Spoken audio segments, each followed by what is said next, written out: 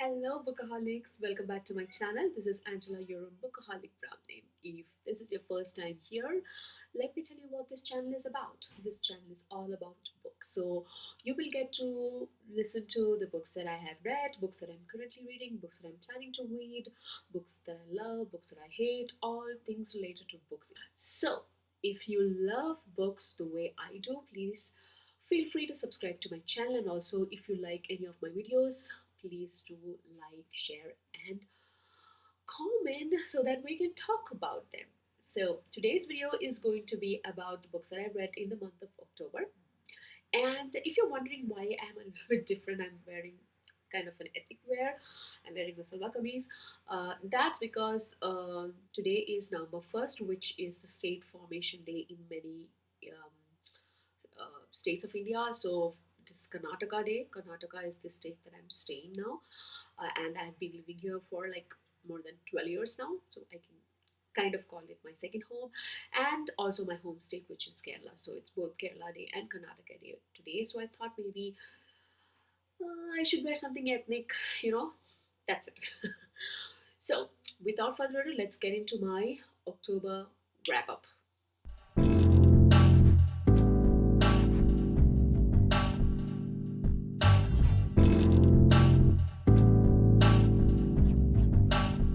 First book that I was able to finish in the month of October is this book, which is Uzumaki by Junju Ito. This is my first ever manga read, and it was amazing. First of all, it was a great pick for the month of October because the spooky month. This is a horror manga written by Junji Ito. He is one of the most revered and respected and most popular manga creator.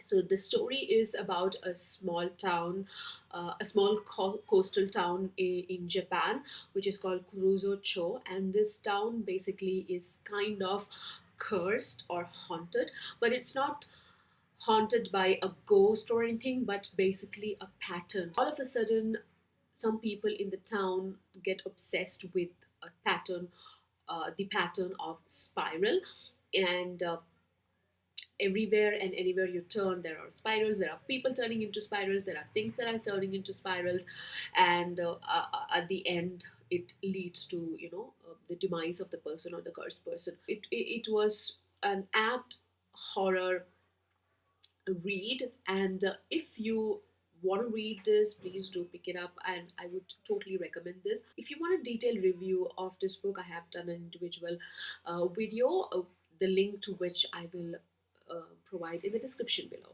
So that was book number one, which I finished, which is Uzumaki by Junji Ito. The second book that I finished was book two of the Wheel of Time series, which is The Great Hunt by Robert Jordan. I hope you can see it. This book definitely was much fast paced and better than book number one, which is The Eye of the World. Eye of the World, of course, was just setting up the scene, I think, and then these group of people who are forced out of their comfort zone into the world in search of their destiny. But in The Great Hunt, there is a lot of more revelations. You get to learn a little bit more about the magic system of this world. We get to travel with all these characters some more and understand them, and also take part in their journey towards their end destiny. I totally love this better than Eye of the World. I will do a combined review of the first three books because I think that would make sense than doing individual reviews. So please watch out for that. And this book, Great, and I totally enjoyed it. And I'm all set for the release of the Wheel of Time series, which is coming out on November 19th. I don't generally reread, but if you ask me currently, um, if I want to pick up any book that I want to reread, that would be the book of the Babel series by Josiah Bancroft. I totally love this book series. I mean, I went into this book as part of a read along that was part of one of the discords that I'm part of, and oh my God, I do not repent it at all. It is hands down one of my favorite series currently, and in the month of October, I finished book three of that four-part book series. Book four is coming out sometime this month, I think November 9th. So I'm eagerly waiting for book four. And the book that I finished this month is The Hot King. And I have to say, book one, Selene Essence, was great. And then when you reach book two, oh my god, the Arms of the Spring, it got better. And then book three, it was even better. And that's sometimes very difficult to find a book series. You know, you can just say that it gets better as it progresses. But Bancroft has done such a beautiful job in creating a wonderful world of the Tower of Babel, and I'm very eager to see what's going to happen. Some lucky colleagues in Discord and in the booktube world had the good fortune of receiving the arc and to read it already, and they all have been raving about it, of course without giving out any spoilers. So i I just can't contain my excitement. I'm just waiting for the release so that I can grab the Kindle edition, because I don't think we will have the physical copy of the book available that early in India, because I checked in many of the book shop websites, but I couldn't find the physical copy anywhere. So the only version that was available was Kindle. So I have pre-ordered it.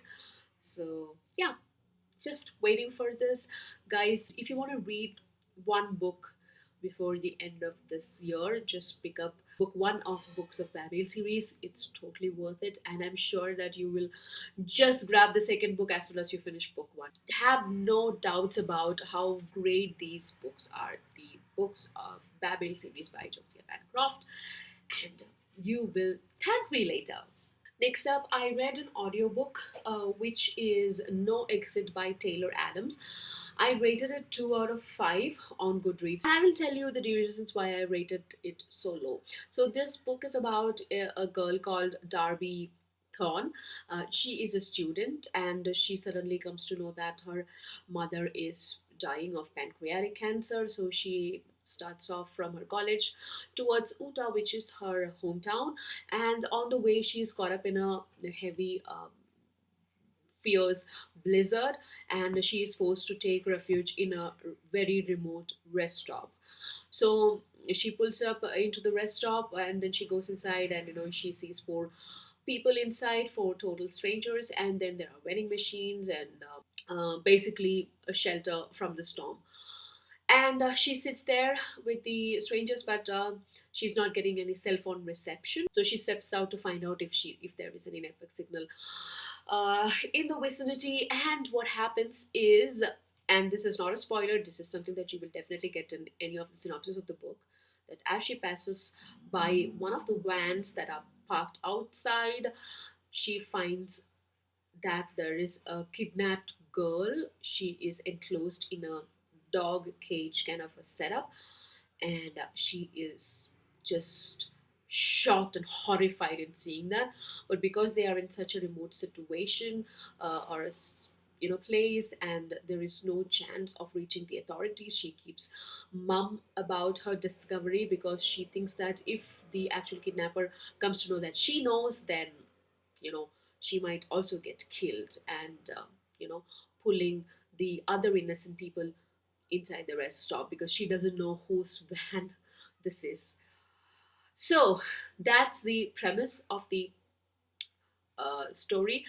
Absolutely sounds like a thriller, but for me, I like mystery thrillers, but this sounded more like a survival thriller, because you in the beginning already figure out who the perpetrator is, and it's mostly about how she is planning to rescue this kid, and also for herself, to make sure that she herself survives the night and rest along with the other innocents in the rest stop.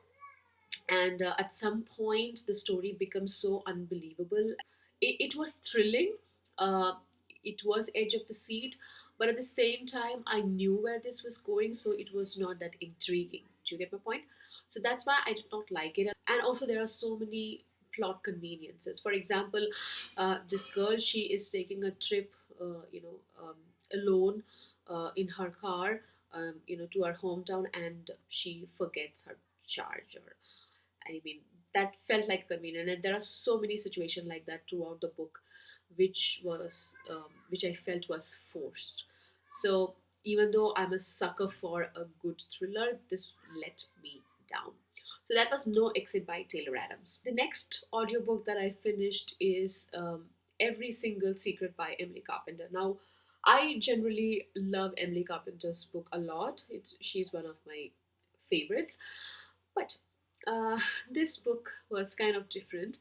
Now, I will tell you the premise of this story first. So, basically, there is this woman called Daphne. She is our protagonist, and she is kind of very guarded, and she's very a private person, and she has a very dark past.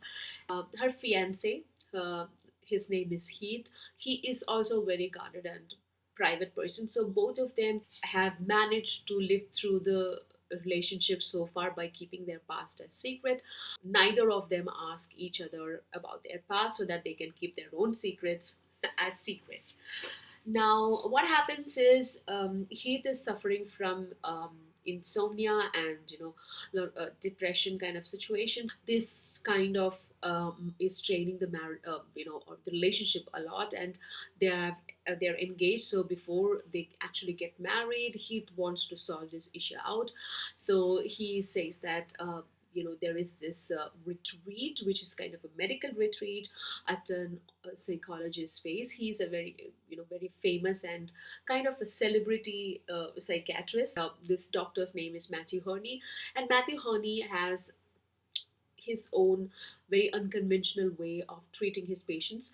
And the most strangest of them is that he is allowed to monitor his patients, like these people who go there for treatment, who are basically staying there for the duration of the treatment, to film them. So there are cameras everywhere, and he observes them through these cameras, and that's how he understands their relationship better, and then treats these patients or give them relationship advice or whatever he is doing. As and when days pass, Daphne realizes that there is a lot more going than what meets the eye in this institute, and she just wants to leave it as soon as possible, rescuing herself and Heath. To know the rest, you have to read the book. But what annoyed me the most is the narrator of this book. Oh my god, I listened to this on script, and the narrator's name is Kate Orsini, I think her name is. Oh my god, she was so annoying, so annoying. This is how she sounds, okay? Emotionally guarded Daphne Amos always believed she had found a kindred spirit in her fiancé Heath.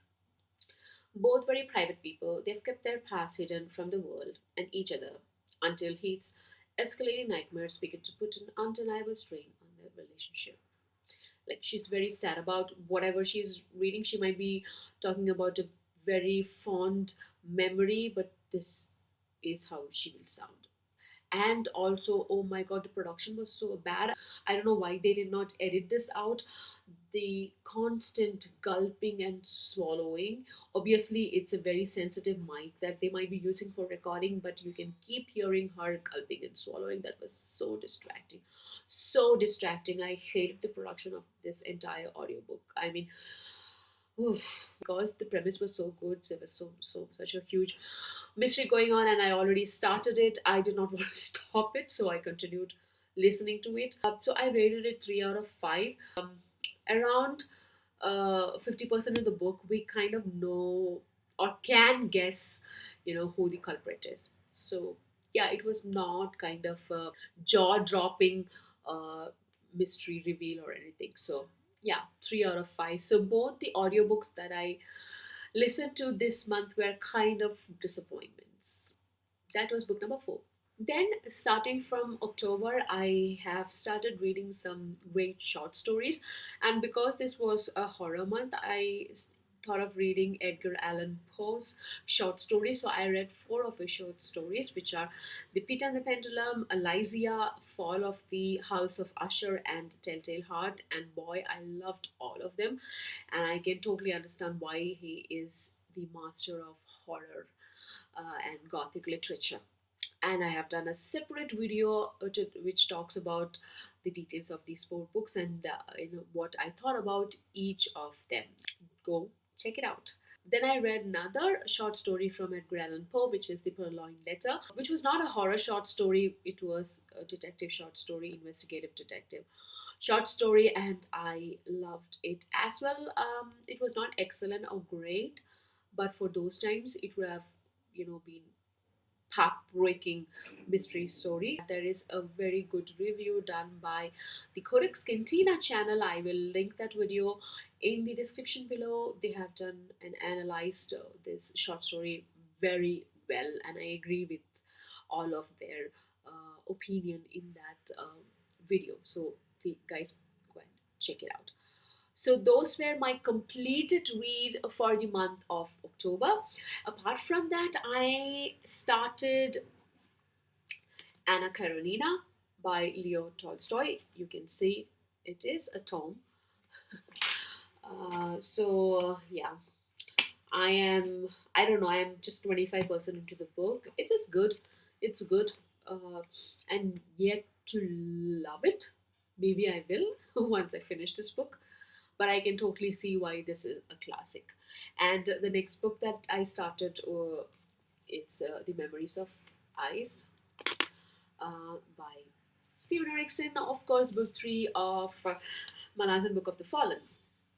And don't even ask me how I like it. I'm just enjoying every minute of this book. I mean, that's going to be the same for all the Malazan book that I'm going to ever read, I think, hands down. I mean, it is the best fantasy series of all time, I think. So, those were my October reads. Let me know what you read this month and let's discuss in the comment section. And also, please subscribe. I will be back with another great bookish content before you know it. Thanks a lot for watching. This is Angela signing off. Bye bye.